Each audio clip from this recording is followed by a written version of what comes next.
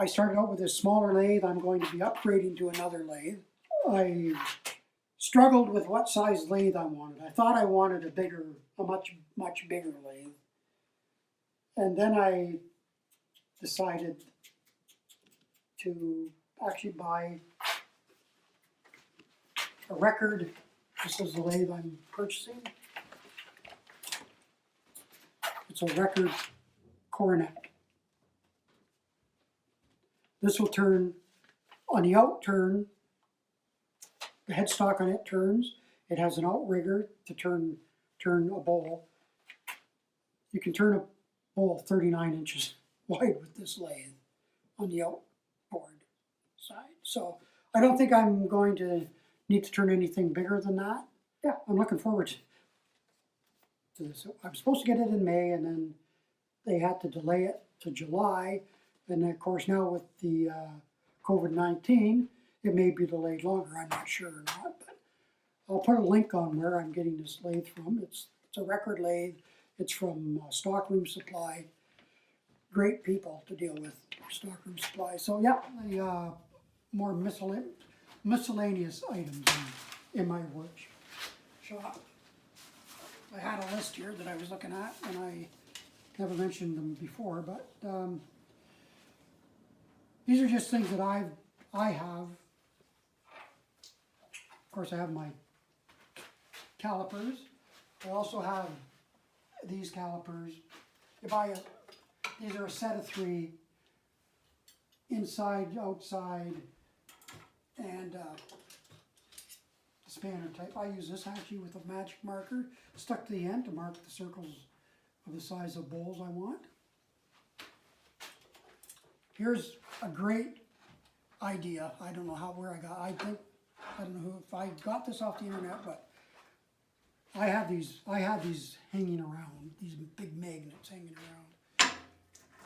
This one I just stick. I have 3 on this side of my lathe. I have all my Allen keys. I have this stuck to it. I have my centers stuck to the magnet. I have my key chuck stuck to a magnet. And you can see here I have a whole bunch of little Allen keys that I use to keep my handles tight and stuff. A great idea. I think these magnets are out of old starters, but very powerful. You don't want to get your finger stuck in between it and the lathe. And your stuff is right here handy all the time. This is another Longsworth chuck that I made. Now that I have my vacuum chuck, I don't use this as much, but I did use this. And again, I got the plans for this off YouTube. I don't exactly remember which channel it was, but it doesn't really matter. You can just, Longsworth chucks, you can find them on the internet. You can see all my drill bits that I use, my Allen wrenches, my sanding pads. Another great addition to my workshop. I just got this a few weeks ago, again from Stockroom Supply. They're the only record power dealer in North America. So, and they ship all over, I believe.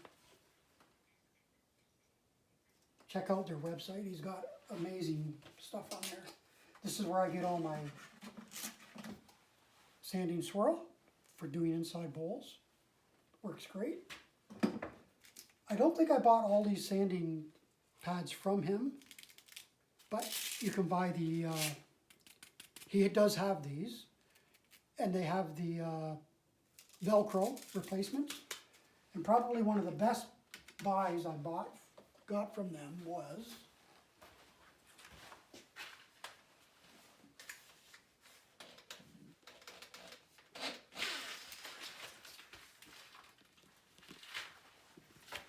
this is the pad I got from them, but they sell these adapters, right, that go on this pad. This pad is, I'm going to say 3 years old. And with that pad on there, it saves so much of the pad because it's got a foam rubber in between. And then your discs. These are the discs I use. Because I use these discs not only for this, I can use them for hand sanding also. And this sandpaper lasts a long time. This, I guess it's Klingspor PS33 pads, and they would all different grits. So I have 600 of these pads. I mean, it's going to last me a long time. I went from 80 grit, 120, 150, 180, 240, and 320. Once I get to 320, I usually just use my sanding paste for the final sanding. What else do I have? I mean, I've acquired a fair bit of stuff. It's not really expensive stuff. I was looking for a light for my for when I'm hollowing, and again, this is from Stockroom Supply.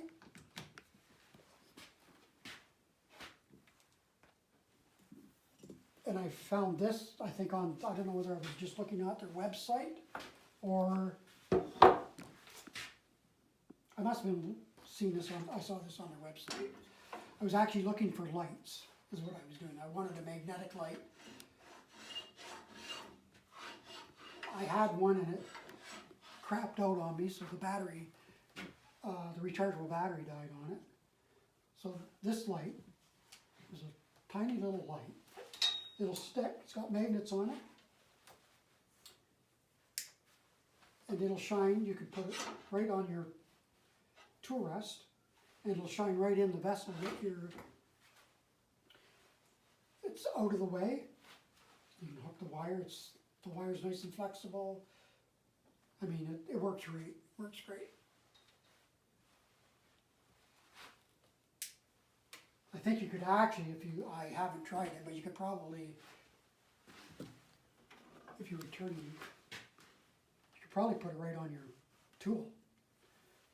And just put a piece of a twist tie or something around there, and you would be able to see right down the side of your tool as you're turning. I haven't tried that, but I got this old vacuum type air collection system here. My granddaughters and I put this together. Probably one of the first things I did when I bought the lathe is we got this, we put it on this 45-gallon plastic thing. My granddaughter called it the Papa 3000 vacuum system. And it works pretty good. I needed a longer hose, maybe upgrade it to a 4-inch hose. But yeah, it keeps most of the dust out of here. I mean, you're always going to get some dust. Dust seems to find its way into everything, as everybody knows. But this works pretty good. I mean, I use CA, the Starbond CA glue. The mix. I also use a finishing paste wax over some of my pieces. I mean, I have all kinds of information on finishes that I've used or use. And again, all the finishes I use are basically got offline. It's the OB juice from, I believe, Captain Eddie. I got that formula from Captain Eddie. I use a sanding abrasive that I got offline. The formula for that is, I believe it's beeswax, diatomaceous earth, and mineral oil. And it works really well. I mean, you can mix up the batch. It's very inexpensive to mix up a batch of that. I use my beeswax that I use. It's actually beeswax that I actually rendered down from a beehive. that we had in our barn. It was a humongous beehive. I rendered it down. We ended up using the honey, and I used the beeswax to make my beeswax finish. And that's beeswax. I started out using beeswax and mineral oil. Then I changed from the mineral oil to walnut oil. So I use it's a mixture of beeswax and walnut oil in it. For my salad bowls and whatever, I use it.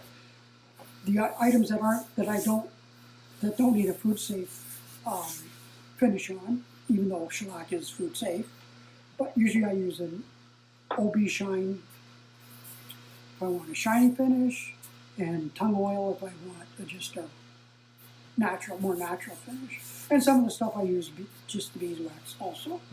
So I have an air compressor that I use. I bought it on sale. It was $99, I believe. So I mean, you don't have to buy an expensive air compressor. It works great. It's a little noisy when it comes on and off, but it still does the trick. And of course, at my age, I've accumulated a lot of stuff. So as you see, I have stuff everywhere. And I don't like throwing things out, because normally when I throw something out, that's the time I need it. So I kind of hang on to stuff. Yeah. I'm fortunate that I have a ready supply of wood at most times. You can see back here that I have a fair bit of wood here.